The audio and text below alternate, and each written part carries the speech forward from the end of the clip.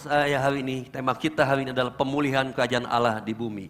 Katakan sama-sama 1, 2, 3. Pemulihan kerajaan Allah di bumi.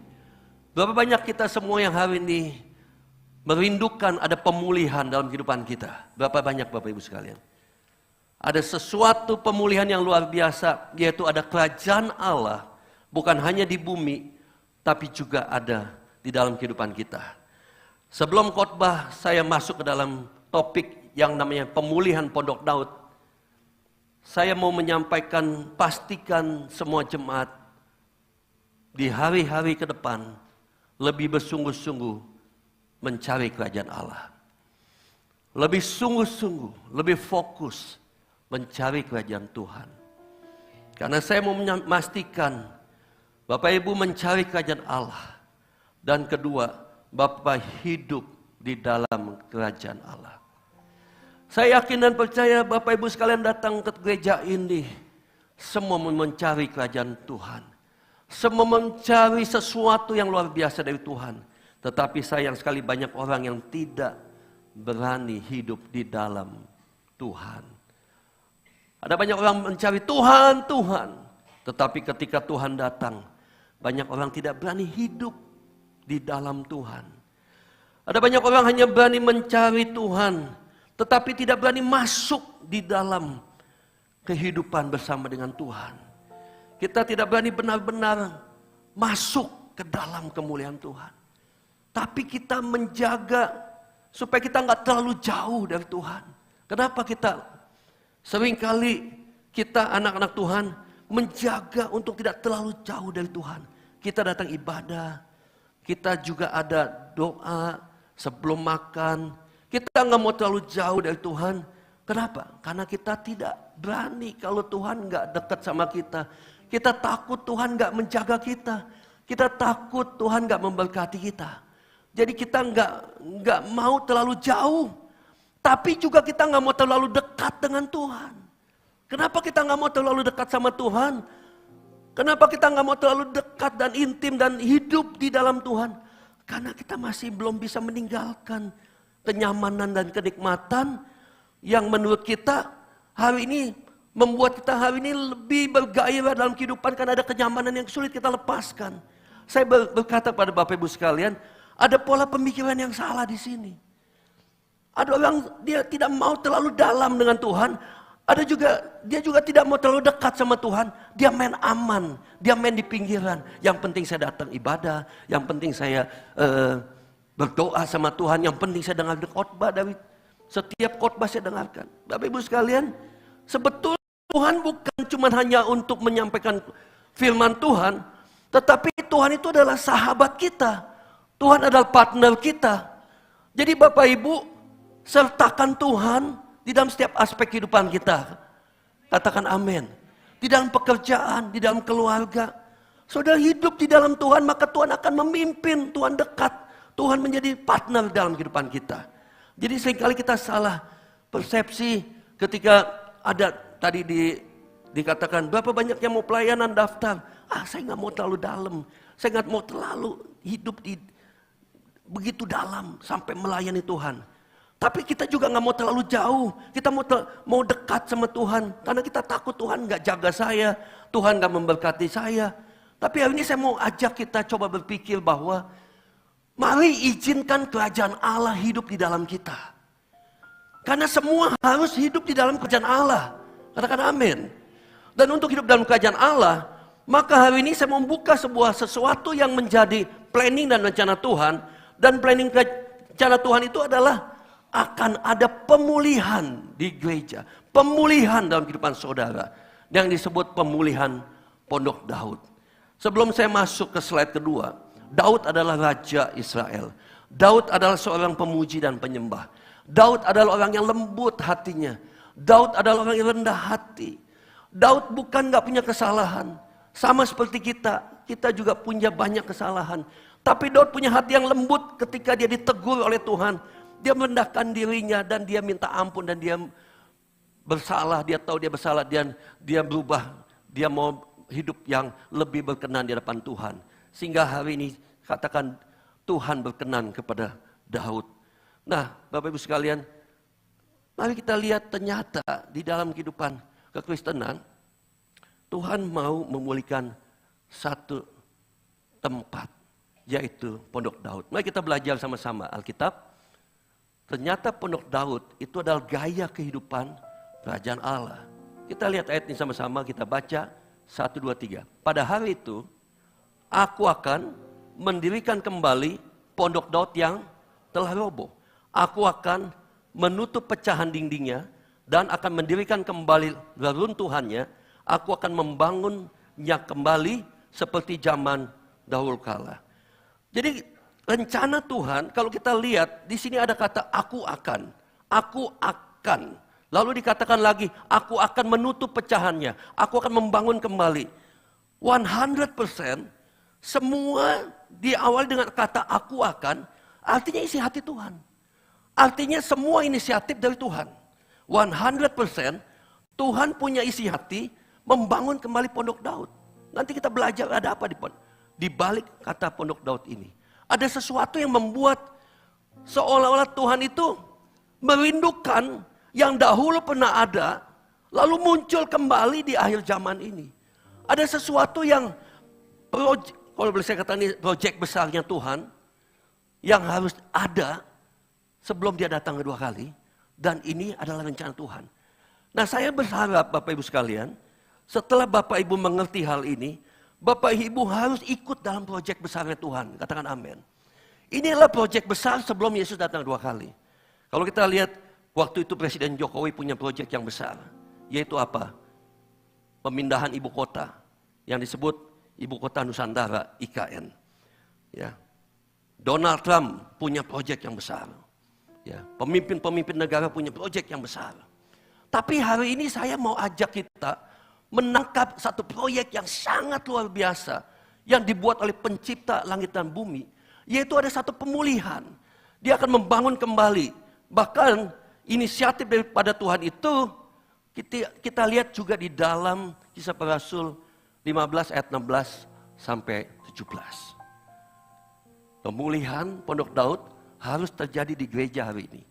Dan Bapak Ibu harus mengalami pemulihan di dalam proyeknya Tuhan. Apa dikatakan dalam Kisah Para Rasul 15 ayat 16 sampai 17? Kita baca sama-sama ya. 1, 2, 3. Kemudian aku akan kembali. Siapa yang akan kembali? Aku itu siapa? Bukan saya, Tuhan Yesus. Katakan amin. Aku akan kembali dan membangun kembali Pondok Daud yang telah roboh. Jadi pernah ada, lalu tidak ada lagi, musnah. Sekarang Tuhan akan kembali membangun kembali sebelum Yesus datang dua kali. Dan reruntuhannya akan kubangun kembali dan akan kuteguhkan. Supaya apa? Semua orang lain mencari Tuhan dan segala bangsa yang tidak mengenal Allah, yang kusebut milikku, demikianlah firman Tuhan yang melakukan semuanya. Saya jadi penasaran, ada apa di dalam Pondok Daud? Ada apa yang membuat Tuhan bilang aku akan kembali memulihkan? Sehingga Tuhan berkata aku akan. Jadi semuanya Tuhan yang mengendalikan, Tuhan mengambil alih, dan itu semua isi hati Tuhan. Wah, saya bilang dalam hati saya, kalau gua nggak terlibat dalam proyeknya Tuhan, aduh menyesal banget. Kalau saya nggak mengerti dan nggak memahami firman Tuhan, sehingga saya mengabaikan ada satu rencana yang luar biasa. Ada satu planning Tuhan sebelum dia datang dua kali. Ada satu masa, satu pemulihan kerajaan Allah di bumi. Sebelum saya masuk dalam kerajaan Allah yang nyata, saya mau mengalami kerajaan Allah di bumi ini. Dan Tuhan bilang aku akan memulihkan Pondok Daud. Dan saya mau tahu ada apa di balik Pondok Daud itu. Bapak Ibu sekalian mau masuk surga enggak? Angkat tangan. Siapa yang masuk surga? Lebih tinggi lagi. Tuhan, kau lihat tangan-tangan yang diangkat. Kirimkanlah kerajaan Allah pada mereka. Saya enggak mau Bapak Ibu tunggu nanti. Ya nanti lah, yang penting kalau saya udah mati saya masuk surga. Saya enggak mau Bapak Ibu tunggu mati. Saya mau Bapak Ibu juga mengalami kerajaan Allah di bumi. Makanya tadi kita nyanyi lagu bumi penuh kemuliaannya. Katakan bumi penuh kemuliaannya. Sekali lagi. Bumi penuh kemuliaannya. Sucilah Tuhan. Saudara nyanyi tujuannya itu. Nah sekarang kita mau masuk. Ada apa di balik Pondok Daud? Ternyata Bapak Ibu saya bacakan. Di dalam Pondok Daud adalah sebuah tempat atau kemah yang di dalamnya terdapat tabut Allah. Kemudian ada para pemuji, penyembah, pemusik, penari yang berjumlah 288 orang. Ada nyanyian, pujian dan syukur yang dinaikkan pagi, siang, malam. Jadi kalau saya bayangkan, yang Tuhan maksudkan, ternyata wow. Tuhan sedang merancangkan, ada satu tempat di mana satu tempat berkumpul, di mana ada komunitas yang berkumpul, yang menaikkan pujian dan penyembahan. Yang menaikkan penyembahan dan pengagungan sama Tuhan. Jadi ternyata Tuhan senang yang namanya memuji, menyembah Tuhan. Dulu pernah ada waktu zaman Daud yang disebut Pondok Daud, lalu tidak ada lagi. Tapi sebelum Yesus datang, dia mau pulihkan. Ada suatu aktivitas yang membuat Tuhan senang. Ada ekspresi yang Tuhan senang ketika ada pujian penyembahan. Kira-kira di mana ada pujian penyembahan hari ini? Ada di mana? Di sini. Ada di sini. Ada di keluarga. Ada di home cell. Ternyata itu yang Tuhan mau pulihkan. Tuhan mau jadikan saya pemuji. Tuhan mau jadikan saya penyembah. Tuhan mau membangun kerajaan Allah. Ternyata kerajaan Allah ada di lidah saya. Saya bisa menghadirkan kerajaan Allah lewat pujian saya. Jadi kalau saya mau katakan, bahasa kerajaan Allah yang membuat hari ini Tuhan bisa menghadirkan kerajaan Allah di bumi, di hidup saya, ternyata pujian. Kalau Bapak Ibu nggak mengerti hal ini, Bapak Ibu akan datang ke gereja dan nggak menganggap penting pujian penyembahan. Bapak Ibu akan berpikir yang penting saya dengar khotbah, yang penting saya dapat firman Tuhan. Tapi Bapak Ibu nggak mengerti bahwa bahasa yang Tuhan mau perbaiki, memulihkan, sebelum kita masuk ke dalam kerajaan Allah yang sebenarnya, yaitu bahasa pujian dan penyembahan. Jadi menurut Bapak Ibu, apakah pujian penyembahan itu adalah hal yang sangat baik dan penting di dalam sebuah ibadah? Baik atau penting? Penting. Jadi hari ini Bapak Ibu sekalian, kita juga melihat di dalam lidah kita, apa yang dikatakan? Tetapi ketika imam-imam kepala dan ahli-ahli Taurat melihat mujizat yang dibuatnya itu, dan anak-anak yang berseru dalam bait Allah, Hosana bagi anak Daud, hati mereka sangat jengkel. Ketika pujian dinaikkan oleh anak-anak, ada orang yang gak suka. Jengkel. Lalu mereka berkata kepada Nyai, siapa itu Nyai? Yaitu Yesus. Engkau dengar apa yang dikatakan anak-anak ini?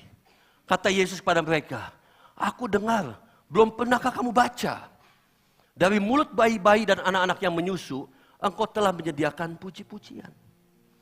Ternyata Tuhan merancangkan lidah kita bukan hanya untuk menikmati makanan, bukan hanya untuk berkomunikasi dengan sesama kita, tapi yang paling penting Tuhan menciptakan lidah kita untuk memuji Dia.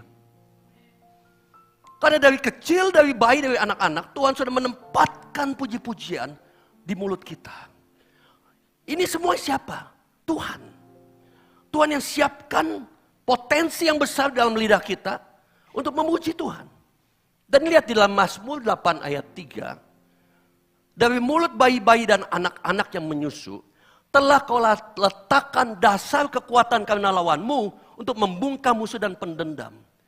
Jadi Tuhan sudah menyingkapkan bahwa untuk mengalahkan musuh-musuhnya Tuhan, iblis, kutuk, kemiskinan, sakit penyakit, penderitaan, ketakutan, kekecewaan.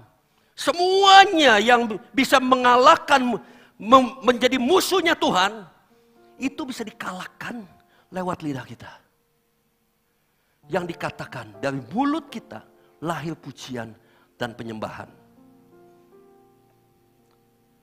Nah sekarang ada apa di balik pujian penyembahan Bapak Ibu? Ya. Di balik pujian penyembahan, di dalam Mazmur 22 ayat 3 kita baca sama-sama. Padahal Engkaulah yang kudus, yang bersemayam di atas puji-pujian orang Israel. Padahal Engkaulah yang kudus yang bersemayam. Saya mau tanya kepada Bapak Ibu. Kalau kita mau bicara sama Tuhan yang kudus. Kalau kita mau bicara sama Tuhan yang hebat. Kalau kita mau ngobrol sama Dia yang hebat. Bagaimana caranya? Bagaimana caranya? Ada satu jembatan yang Tuhan bilang, jembatan itu ketika engkau worship, menyembah. Ketika kita menyembah Dia, maka Dia bersemayam dan bertata di atas pujian. Artinya, waktu kita memuji dan menyembah Tuhan, itu seperti ada magnet Bapak Ibu. Tuhan kasih satu bahasa yang membuat magnet yang besar, sehingga membuat Tuhan bisa bersinggah sana dan bertata. Dikatakan apa? Engkau yang kudus yang bersemayam di atas puji-pujian. Nah pertanyaan saya gini, Tuhan hadir di mana-mana apa tidak? Tuhan hadir di mana-mana? Tuhan hadir di rumah kita? Tuhan hadir di kantor kita? Tuhan hadir di tempat judi kita? Tuhan hadir di tempat yang gelap? Tuhan hadir di gunung-gunung? Tuhan hadir ketika kita lagi mabok-mabokan? Tuhan hadir. Semua percaya? Tuhan hadir? Tuhan hadir di mana-mana, katakan amin. Tapi pertanyaan saya, apakah Tuhan menyatakan diri di mana-mana? Apakah Tuhan menyatakan diri di mana-mana? Jawabannya, tidak. Saudara bisa berkata, Tuhan hadir di mana-mana. Waktu saudara naik mobil, naik kendaraan, Tuhan hadir. Tapi pertanyaannya Tuhan menyatakan tidak. Diri Dia di hadapan saudara. Dengarkan baik-baik. Ternyata Tuhan menyatakan dirinya ketika kita sedang worship, menyembah. Ketika kita sedang naikkan pujian penyembahan bersama. Di mana 2-3 orang berkumpul. Tuhan hadir di tengah-tengahnya. Itu sebabnya kenapa dikatakan Engkaulah yang kudus dan bersemayam di atas pujian orang Israel. Karena ketika kita memuji Tuhan, I feel the Spirit. Saya merasakan hadirat Tuhan. Tuhan menyatakan dirinya. Sampai kita sering dengar begini, gila ya, gua rasakan Tuhan hebat. Waktu kapan? Waktu sedang penyembahan. Gila. Gue rasanya gak pernah bisa nangis, tapi waktu menyembah Tuhan, kok rasanya gue bisa nangis. Waktu saya datang dengan hati yang hancur, tapi waktu worship menyembah Tuhan, kok saya seperti dapat kekuatan. Beda pujian penyembahan dengan khotbah. Bapak Ibu dengan khotbah, Bapak Ibu dikuatkan iman. Bapak Ibu dapat memahami. Bapak Ibu dapat mengerti apa rencana Tuhan. Bapak Ibu akan tahu mana yang baik dan mana yang tidak baik. Waktu Bapak Ibu dengar firman Tuhan, waktu saudara dengar firman Tuhan. Tapi waktu saudara memuji dan menyembah Tuhan, bukan sekedar memahami, mengetahui apa yang Tuhan mau, apa rencana Tuhan, tapi juga saudara akan bukan sekedar memahami, tapi juga apa? Apa? Mengalami. Bapak Ibu akan benar-benar mengalami Tuhan ketika memuji dan menyembah Tuhan. Itu bedanya dengan khotbah sama waktu memuji menyembah Tuhan. Ada banyak orang bisa mendengar khotbah ratusan kali, ribuan kali, tapi tetap sulit untuk melakukan firman Tuhan. Sulit untuk mengalami kasih Tuhan. Sulit untuk mendapatkan energi untuk mengubah hidup ini. Kenapa? Karena gak pernah mengalami Tuhan. Dan untuk bisa mengalami Tuhan, Tuhan bilang, engkau yang kudus bersemayam di atas puji-pujian. Ada seorang karyawan datang sama saya, Pak, saya mau resign, Pak. Kenapa kamu mau resign? Saya sebel dengan teman saya ini dalam satu kantor. Saya kalau ngelihat dia ngomong, aduh nyerang saya mau gaplok muka dia. Itu mukanya enak sekali kalau saya gaplok. Lah, kamu kan tahu itu nggak boleh. Betul Pak, saya tahu. Tapi kalau saya ada kesempatan saya akan tonjok, saya gaplok dia karena mulutnya nggak enak. Saya bilang tenang. Kamu udah doa malam ini. Kamu cari wajah Tuhan, kamu menyembah Tuhan. Malamnya dia lakukan. Dia worship, menyembah Tuhan. Ketika dia menyembah Tuhan, Tuhan hadir. Menjamah hati dia. Dia penuh merasakan melihat kemuliaan Tuhan. Dia melihat kebesaran Tuhan. Dia melihat kehebatan Tuhan. Yang tadinya kesombongannya tinggi, kesombongannya langsung diturunkan di bawah kaki Tuhan. Dia menjadi orang yang sadar Tuhan hebat, Tuhan luar biasa. I'm nothing. Yang bisa mengubahkan orang bukan cuma dengar firman Tuhan. Ada orang jatuh bangun hanya dengar firman Tuhan, udah datang ke gereja puluhan tahun, tapi tetap aja jatuh lagi. Nggak bisa lakukan kebenaran. Karena nggak pernah mengalami Tuhan, karena nggak pernah menyembah Tuhan. Datang ke gereja nggak fokus. Datang ke gereja nggak apa-apa, terlambat. Yang penting saya dengar firman Tuhan. That's good, bisa dengar firman Tuhan. Tapi kita nggak mengalami Tuhan, karena Tuhan bertata ketika ada pujian dan penyembahan. Besoknya karyawan itu datang ke kantor, ketemu orang yang dia benci, yang dia mau hajar dan dia mau resign. Apa yang dia lakukan? Dia datang, langsung dia minta maaf. Langsung minta maaf. Kenapa? Karena dia berjumpa dengan Tuhan yang hebat. Tuhan yang luar biasa. Kesombongan dia dihancurkan. Orang yang menyembah Tuhan akan melihat, dia akan kagum kebesaran Tuhan. Karena Tuhan terlihat. Tuhan nyata ketika kita menyembah Tuhan. Ya. Jadi kalau ketika Tuhan sudah menyatakan dirinya, ketika umatnya menyembah, apakah yang dia lakukan? Waktu dia menyatakan dirinya, otomatis dia akan bertata, dia nggak nganggur. Dia nggak iseng-iseng, nggak ngapa-ngapain. Dia akan bertata sesuai dengan Mazmur 20 ayat 3. Engkau yang kudus bersemayam. Jadi waktu kita mau ketemu dengan yang Maha Kudus, ketika kita mau bicara sama yang Maha Kudus, kita mesti siapkan tatanya Tuhan. Waktu kita worship menyembah Tuhan. Dan dia bertata. Ketika dia sudah selesai bertata, apa yang dia lakukan?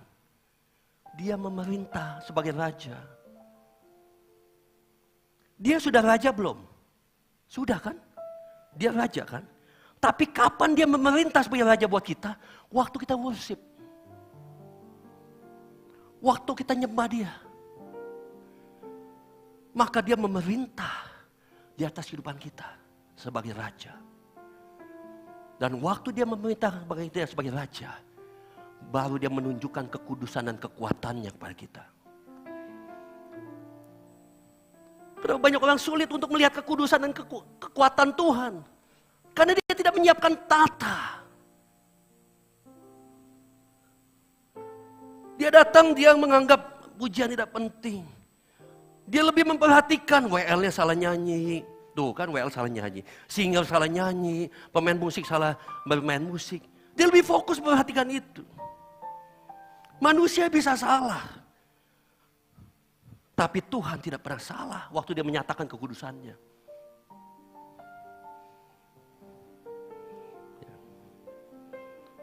Katakan amin Bapak Ibu sekalian.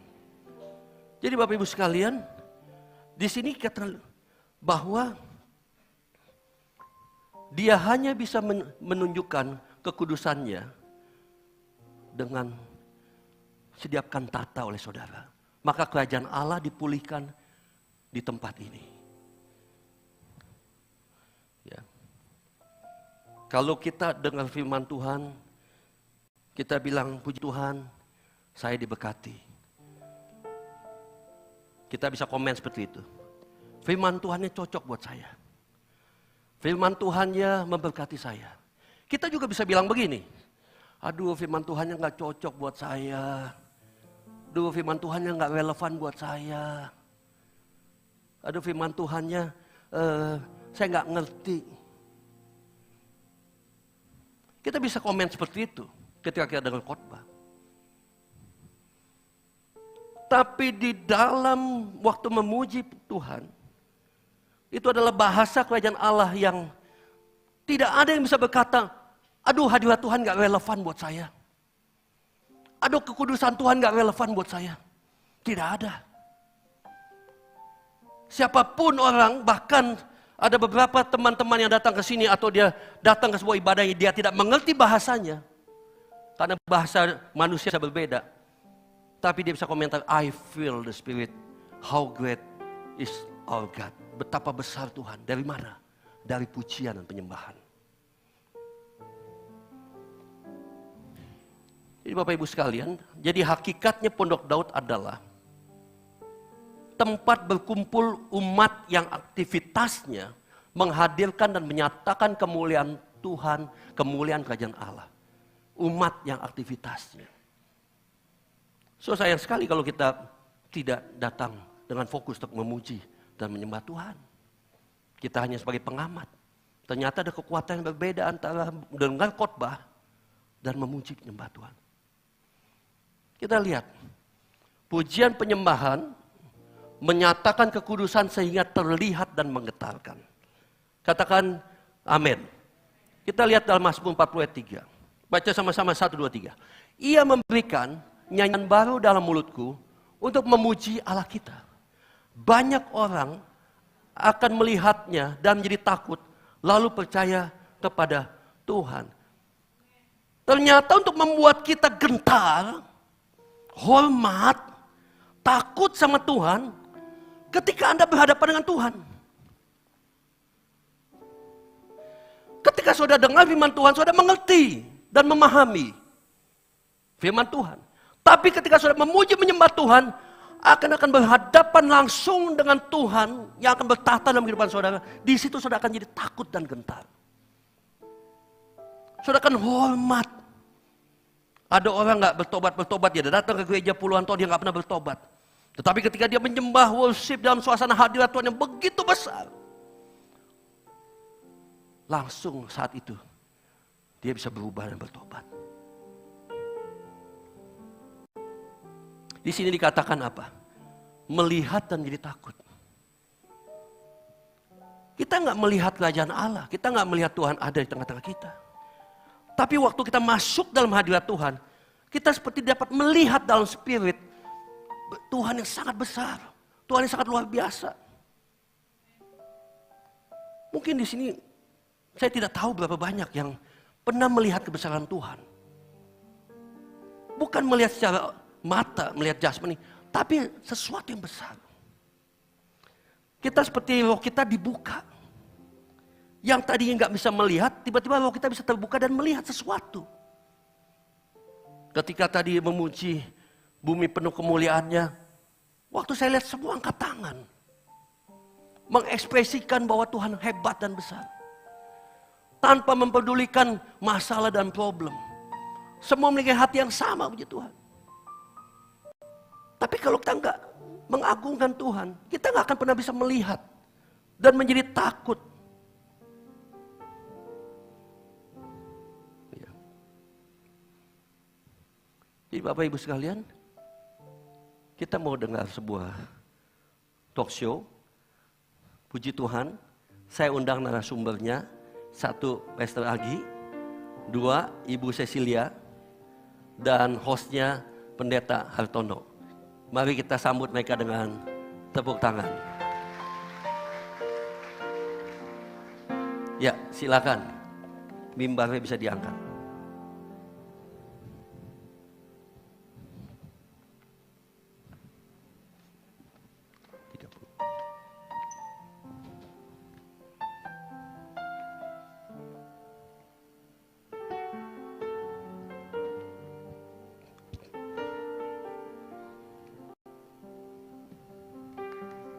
Haleluya.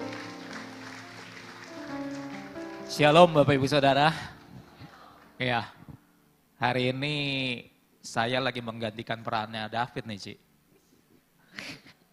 Biasanya yang bertanya-tanya, biasanya yang memandu, gitu kan kalau kita lihat di TV, Pak David nih. Jadi tapi hari ini tetap menjadi Hartono Purnawan, bukan Hartono Silahoy. Oke, hari ini kita akan membahas, kita akan berbincang-bincang, berbicara tentang pemulihan Pondok Daud. Dan saya didampingi oleh dua narasumber yang sangat luar biasa. Ya, Pastor Cecilia pribadi sebagai worship leader, sebagai pemimpin tim Breakthrough Worship yang selama ini sangat kita kagumi. Boleh tepuk tangan? Kemudian seorang yang memiliki hati yang humble, yang sangat boleh dibilang apa ya, merakyat ya, sangat dikenal oleh semua jemaat. Peer kita Pastor Agi, atau sebenarnya nama lengkapnya Dedi Raharjo. Saya juga sampai sekarang bingung kenapa bisa jadi namanya Agi. Oke. Ya, kita mau bahas, kita mau mengupas nih ya tentang pemulihan daripada Pondok Daud. Nah, mungkin bisa dibagikan kepada kita semua jemaat yang ada di tempat ini. Ya, mungkin saya akan bertanya terlebih dahulu kepada Pastor Cecilia, ladies first. Ya, Cilia bisa dibagikan nggak kepada kita semua bagaimana Cilia menerapkan pemulihan Pondok Daud di dalam kehidupan Cilia secara pribadi? Tes. Saya lebih deg-degan daripada saya khotbah ya. Ini kenapa deg-degan nih jantungnya ya? Kayaknya saya yang lebih deg-degan sih. Karena saya baru pertama kali memandu Didek host. ini salah, didek ini salah. Gitu. Bagaimana menerapkan Pondok Daud ya? Pemulihan Pondok Daud.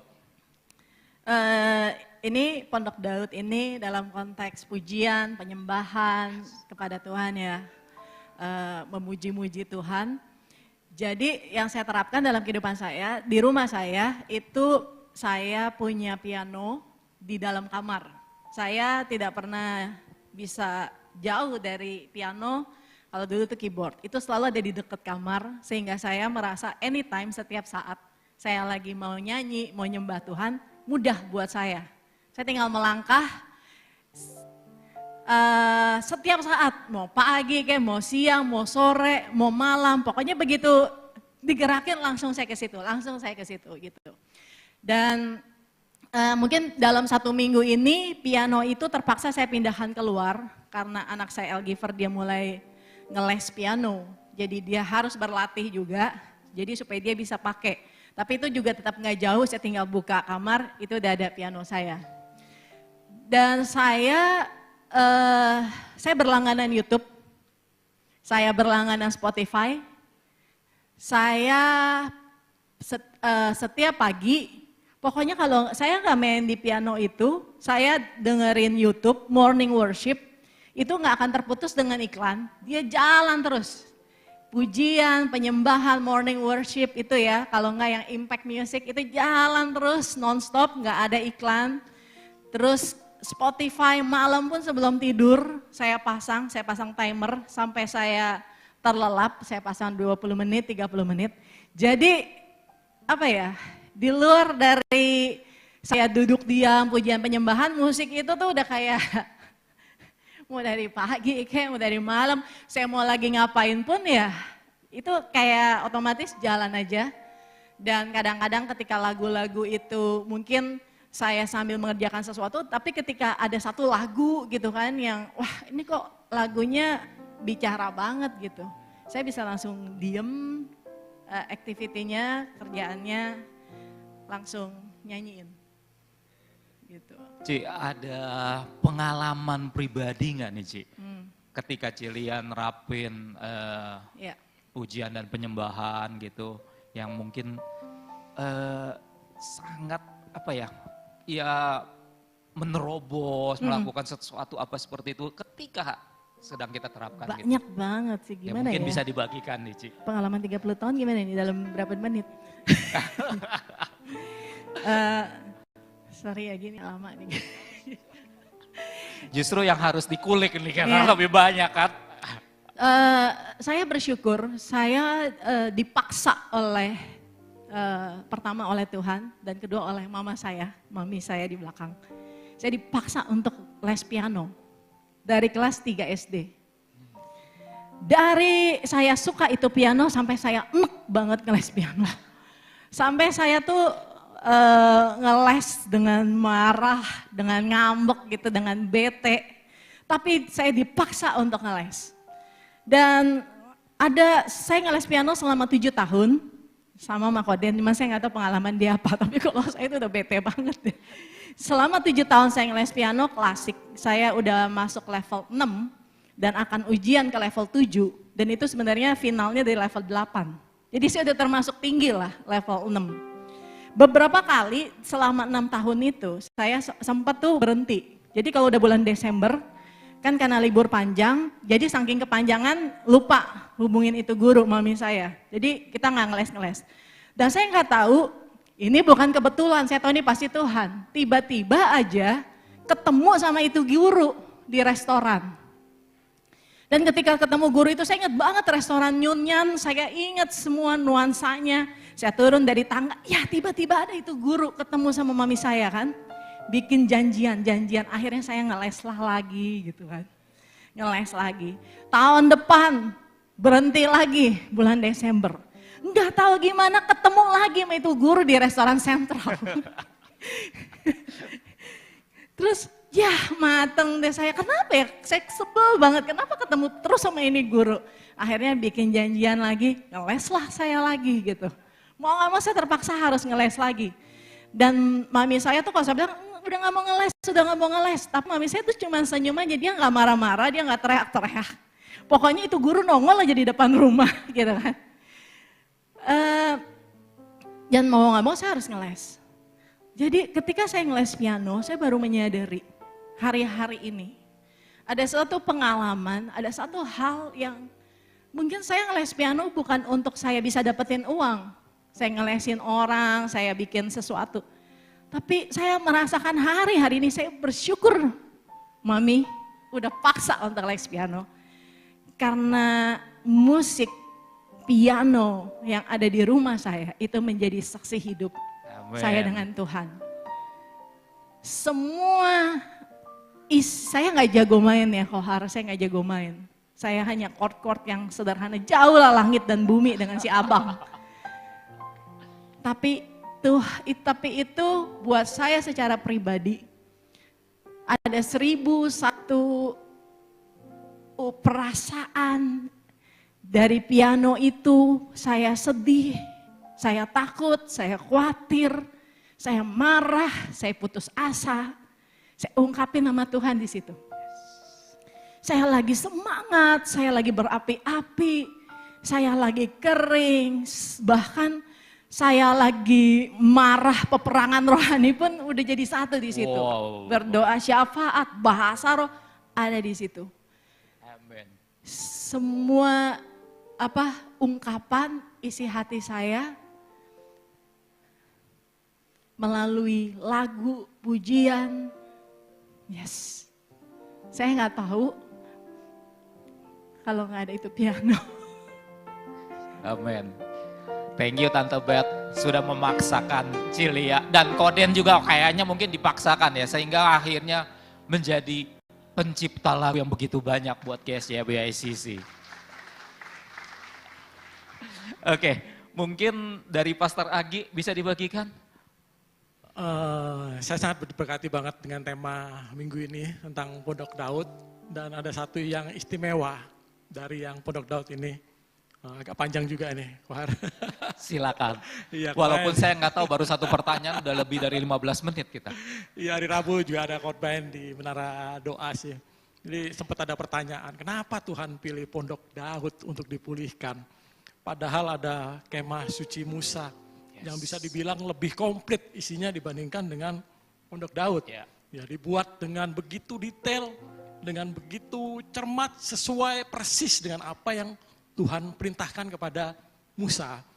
Kemudian juga ada bait Allah Salomo, Ya. di mana di situ bukan hanya komplit tapi lebih mewah, lebih megah di situ. Tapi kenapa Tuhan pilih Pondok Daud gitu?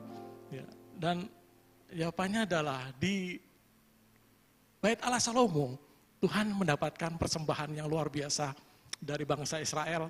Bangsa Israel bukan hanya korban sembelihan, bukan hanya lembu, domba yang begitu banyak yang dipersembahkan, tapi juga emas, perak yang begitu banyak jumlahnya untuk pembangunan bait Allah itu bangsa Israel berikan sampai raja berkata, udah cukup, nggak perlu kasih lagi. Saking begitu banyaknya persembahan yang diberikan oleh bangsa Israel. Tuhan mendapatkan persembahan di situ. Dan di kemah Musa Tuhan mendapatkan ketaatan di mana segala sesuatu yang dibuat persis seperti apa yang menjadi keinginan Tuhan. Tetapi di Pondok Daud, Tuhan menemukan yang namanya kerinduan. Yes. Ini yang nggak ada di kemah Musa dan di bait Allah Salomo. Di tiga-tiganya ada, tadi disebutkan ada tabut perjanjian Allah. Saya dengar dari khotbah Pastor Chris Manusama. Tabut perjanjian bukan hanya melambangkan kehadiran Tuhan, tapi juga melambangkan kerinduan Tuhan yang begitu besar untuk berdiam bersama-sama dengan umatnya. Amin. Di dalam bait Allah, dalam tabut perjanjian itu ada 3 benda, 2 loh batu, tongkat Harun, dan mana surgawi. Mana. Iya. Iya. Tiga-tiganya ini melambangkan kelemahan bangsa Israel pada waktu itu. Kita tahu bait 2 loh batu itu pada waktu doa diberikan itu, bagaimana bangsa Israel pada waktu itu menyembah lembu emas, ada pemberontakan di situ. Tongkat Harun juga melambangkan pemberontakan di mana bangsa Israel menginginkan pemimpin yang baru. Mereka menganggap Musa dan Harun gak layak. Tapi Tuhan tunjukkan lewat tongkat Harun ini, tongkat itu berbunga, bahkan berbuah, menunjukkan bahwa mereka adalah pemimpin yang dipilih oleh Tuhan. Kemudian juga ada mana, di mana ada peristiwa di mana bangsa Israel bosan dengan mana ini, mereka gak puas dengan mana ini. Mereka minta berkat yang lebih lagi, mereka minta daging sama Tuhan. Dan Tuhan berikan itu. Sebenarnya 3 benda ini melambangkan kelemahan manusia. Tapi di dalam tabut perjanjian ada yang namanya tutup pendamaian. Di mana Tuhan, sekalipun manusia punya banyak kelemahan, manusia banyak mengecewakan, tapi Tuhan tetap tidak melihat semuanya itu. Tuhan mau tetap berdiam bersama-sama dengan manusia. Sekalipun dia harus dikecewakan, diambil resiko, dikecewakan, disakiti, bahkan ditolak. Tapi Tuhan tetap ambil resiko itu untuk tetap berdiam bersama-sama dengan umatnya. Dan di Pondok Daud, kita lihat kerinduan Daud yang begitu besar untuk berdiam bersama dengan Tuhannya. Di dalam Mazmur 132, itu tertulis kerinduan Daud. Daud bahkan bernasar, tidak akan masuk ke kamar petidurannya, tidak akan membaringkan dirinya di tempat tidurnya, tidak akan menutup matanya sebelum membangun tempat kediaman bagi Allah. Dan di kemah Daud inilah kerinduan Tuhan yang begitu besar bertemu dengan kerinduan Daud yang begitu besar. Akhirnya klop. Itulah yang membuat Tuhan sangat senang dengan kemah Daud ini. Amin. Dan yang saya dapat dari renungan ini adalah ya selama seminggu ini berusaha untuk seperti memiliki spirit Daud, spirit yang ingin rindu akan Tuhan, mau bersama-sama dengan Tuhan. Jadi yang saya lakukan adalah ya berusaha sesering mungkin untuk bersama-sama dengan Tuhan lewat pujian, penyembahan ataupun lewat khotbah-khotbah, ya bangun keintiman dengan Tuhan. Amin. Wow, luar biasa ya. Makanya nggak heran, 20 menit satu pertanyaan. Kita dikupas dengan sangat dalam sekali hari ini ya. Kemudian mungkin ke Pastor Agi lagi nih. Bagaimana kalau menurut Pastor Agi untuk peran gereja di dalam mendukung pemulihan dari Pondok Daud ini?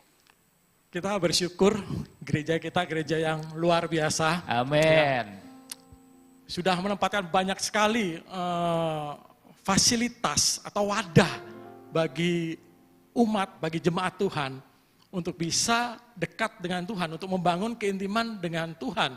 Setiap hari selalu ada tempatnya bagi kita. Ada menara doa dari Senin sampai Sabtu, ada ibadah di hari Minggu, ada juga doa puasa setiap tanggal 1, 2, dan 3. Ada juga home cell. Karena membangun kebersamaan, membangun keintiman dengan Tuhan itu kadang-kadang secara pribadi juga sulit.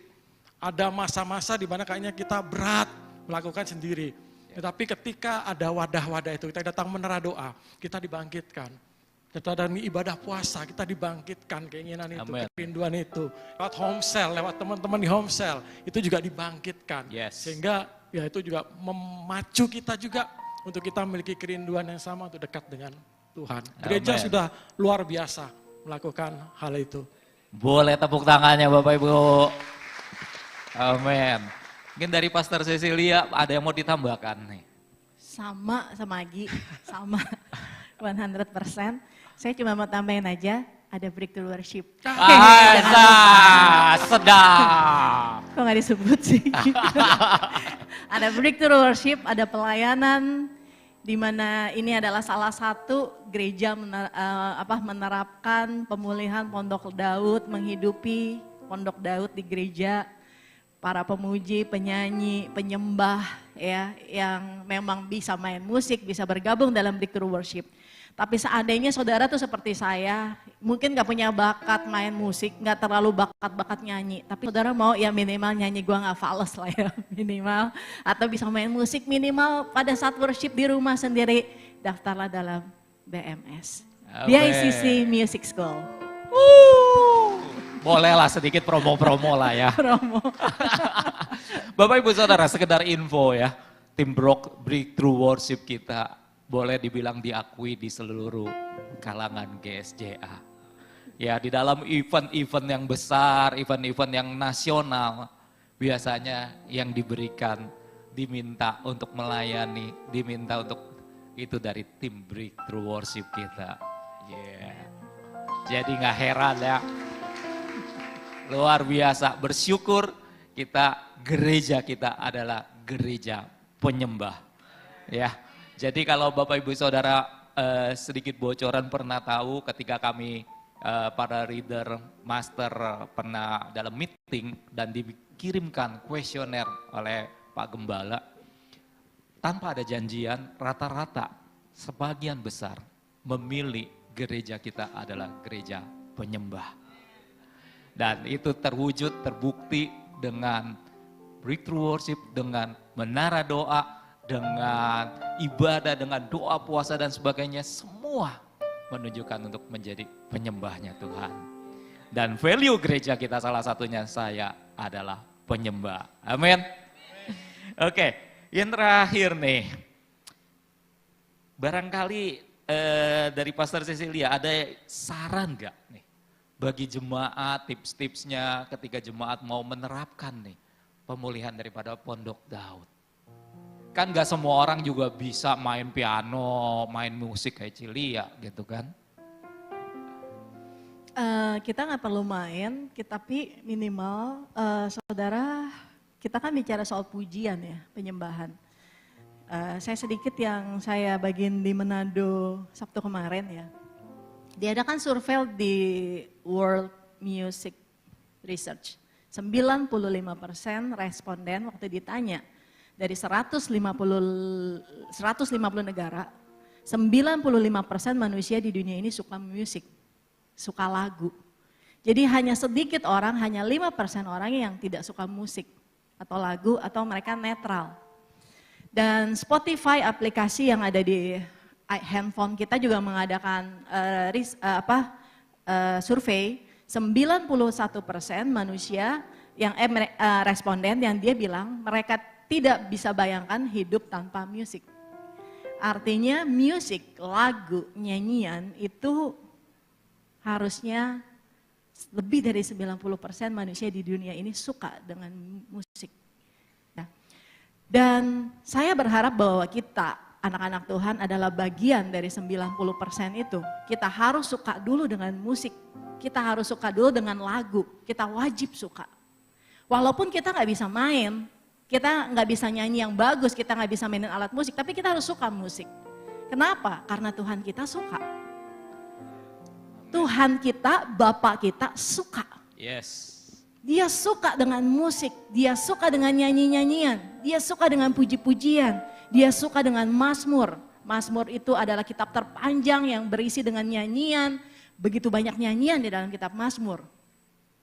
Dan di sorga nanti, saudara kalau baca kitab Wahyu, itu akan banyak berisi dengan nyanyian para malaikat, para tua-tua dan semua makhluk di sorga, itu akan menyanyikan puji-pujian kepada Tuhan. Amin. Jadi kalau kita nggak suka, saya bilang kemarin, kalau ada yang nggak suka dengan musik, nyanyian dan pujian, saudara nggak akan betah tinggal di sorga. Siapa di sini mau ke sorga? Tadi kalian udah nanya. Kalau saudara mau ke sorga, saudara harus suka. Karena nanti di sorga itu isinya, saudara baca kitab Wahyu 5. Semua malaikat, semua makhluk itu menyanyikan nyanyian pujian. Jadi kita harus suka. Jadi yang pertama saran saya, saudara harus menyukai dulu.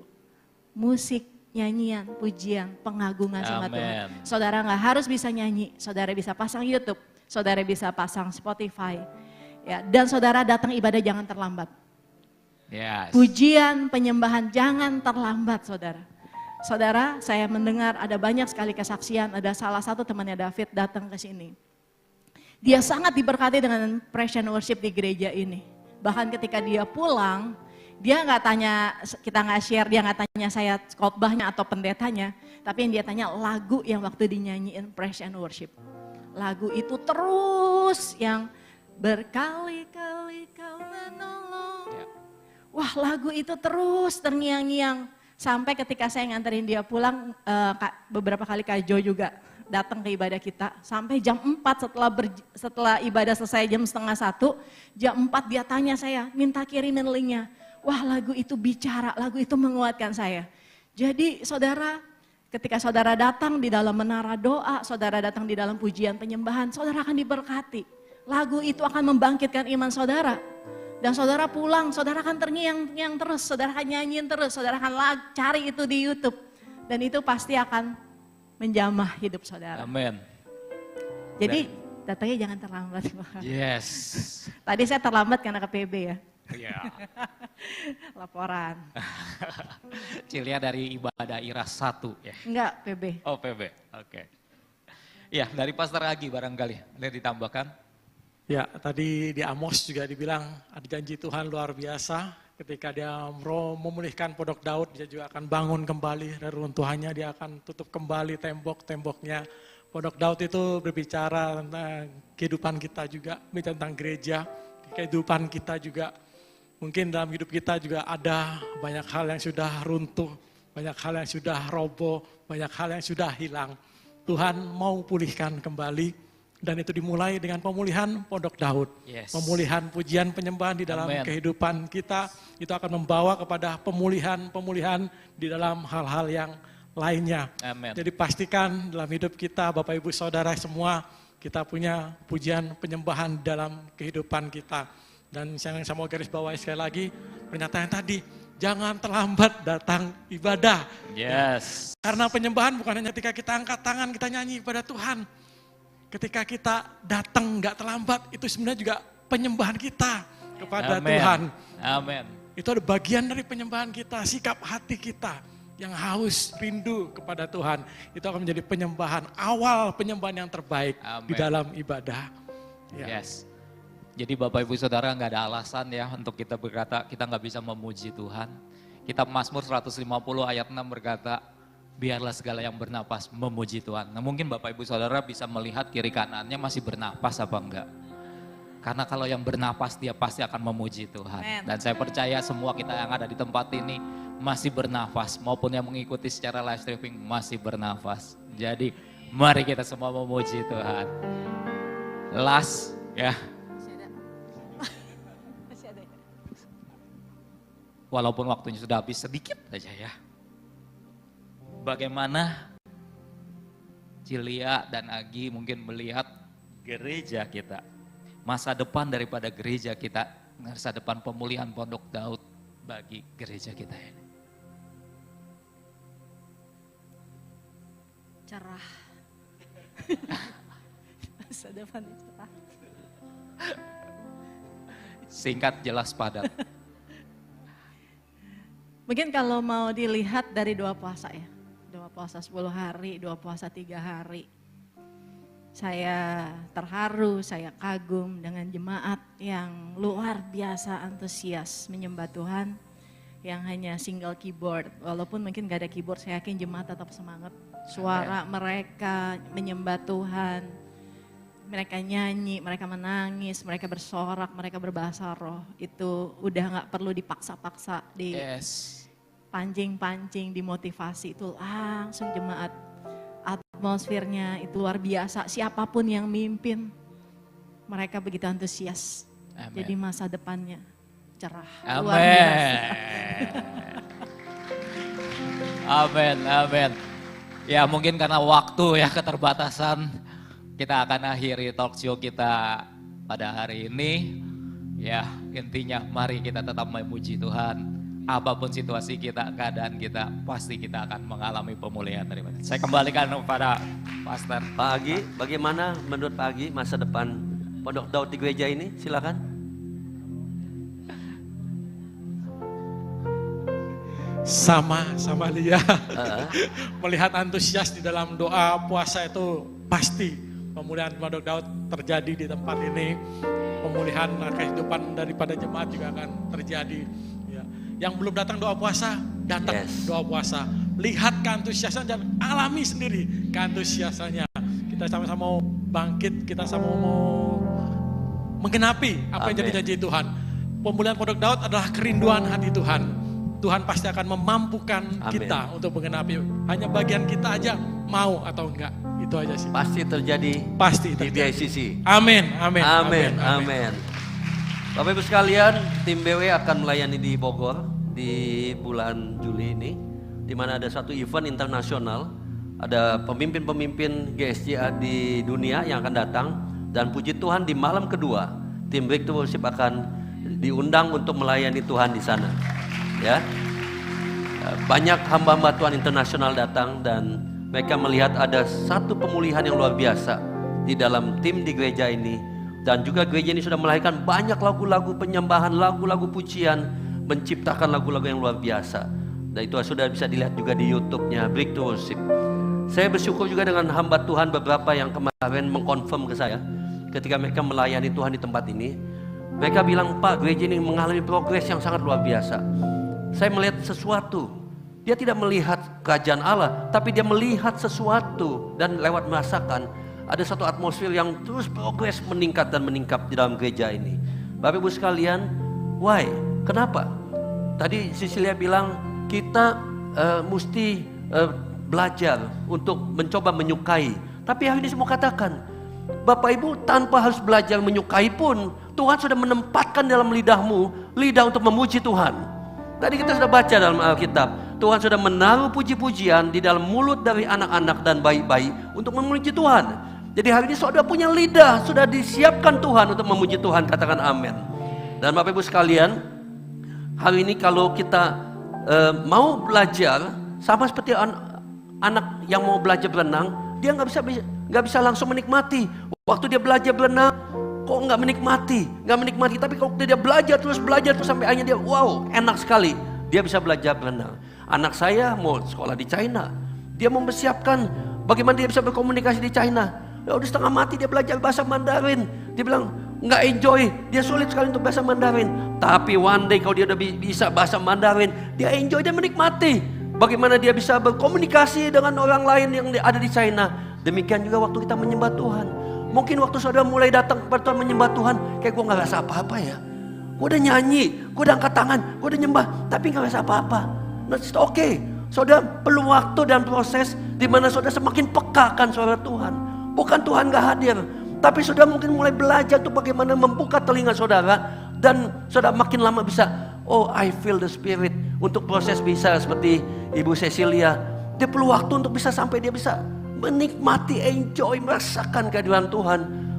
Waktu dia mulai membangun kehidupan setiap hari. Oleh itu Bapak Ibu sekalian, semua di tempat ini, mari semua praktekkan hidupmu untuk memuji dan menyembah Tuhan. Katakan amin. Sekali lagi berikan kemuliaan dan tepuk tangan WL Singer untuk maju ke depan. Haleluya. Amin. Haleluya. For the Lord on Almighty reign.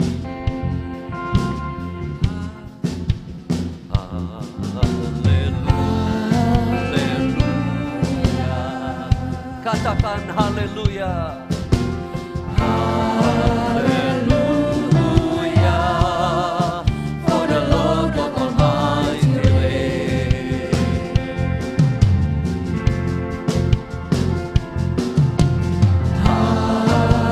Haleluya. Holy, holy are you, Lord God Almighty. What is the Lamb? What is the Lamb? You are holy, oh holy, holy are you, Lord God Almighty. What is the Lamb? What is the Lamb? You are holy. Saya undang mari kita bangkit berdiri Bapak Ibu sekalian. Holy are you, Lord God Almighty. What is the Lamb?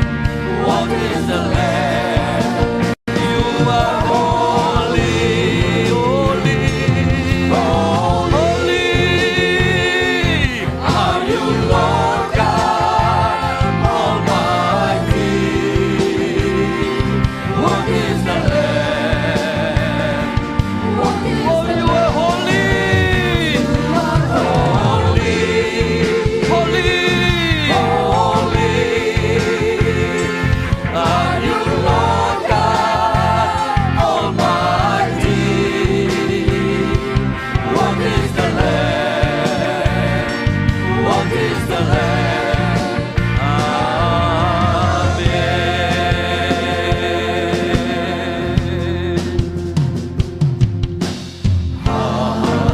Haleluya.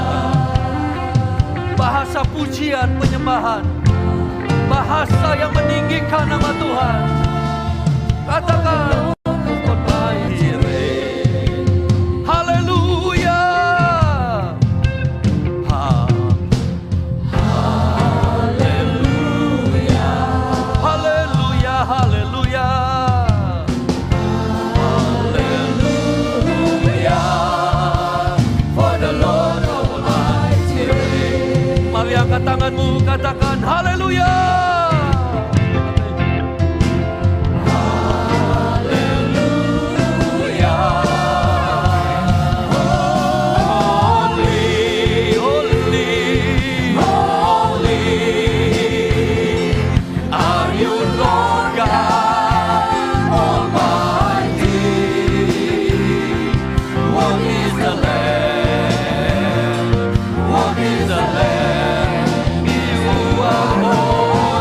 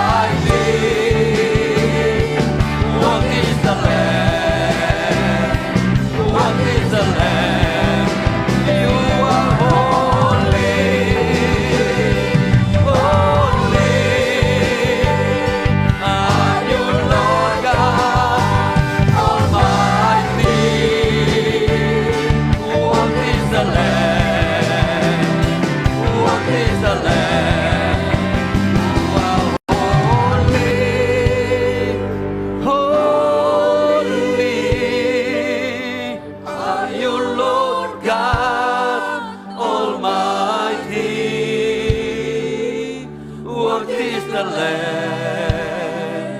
What is the Lamb? Mari angkat tanganmu.